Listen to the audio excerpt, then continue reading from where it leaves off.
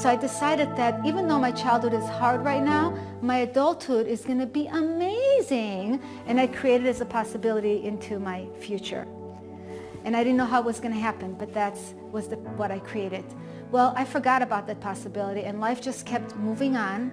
And I was in my teens and my 20s, and I was dating different guys. And if this guy liked me over here, I was with him. And if this guy liked me over here, I was with him. I was still not taking my power and not standing in my power. But when I turned 30 years old, all of a sudden there was an awakening. And I remembered that possibility that I made so many years ago. And I realized that in order to create that, I have to really change. And I had to think differently, and I had to really break that cycle that I was in, the cycle of the past, the cycle of my parents, the cycle of their parents before that I had to break that cycle and create something new for myself. So I read this amazing book by Louise Hay. I'm sure you all heard of her. And it's called You Can Heal Your Life. And that book really taught me more about self-love. It taught me to connect more to myself, to love myself, and slowly I started to believe in myself more. And I started to love myself more. And that started really having me really start to step into my greatest self instead of being a victim of my circumstances. And what I realized from that book, that I had to break that cycle of scarcity, of comparison, and of competition. And I had to shift my life and to create something different.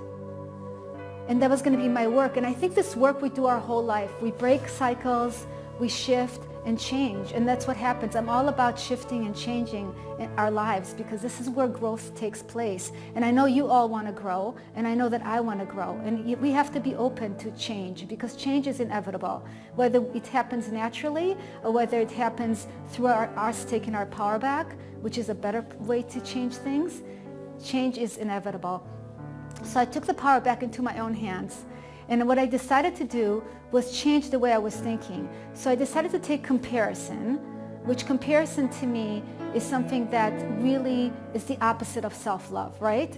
So when you love yourself, you really are standing in your power. When you're comparing, you're always thinking it's better somewhere else. So I had to take that away. I had to change comparison to actually admiration, because I believe that if we stop comparing other people, we can admire for who they are. Everybody's so amazing. You're so amazing.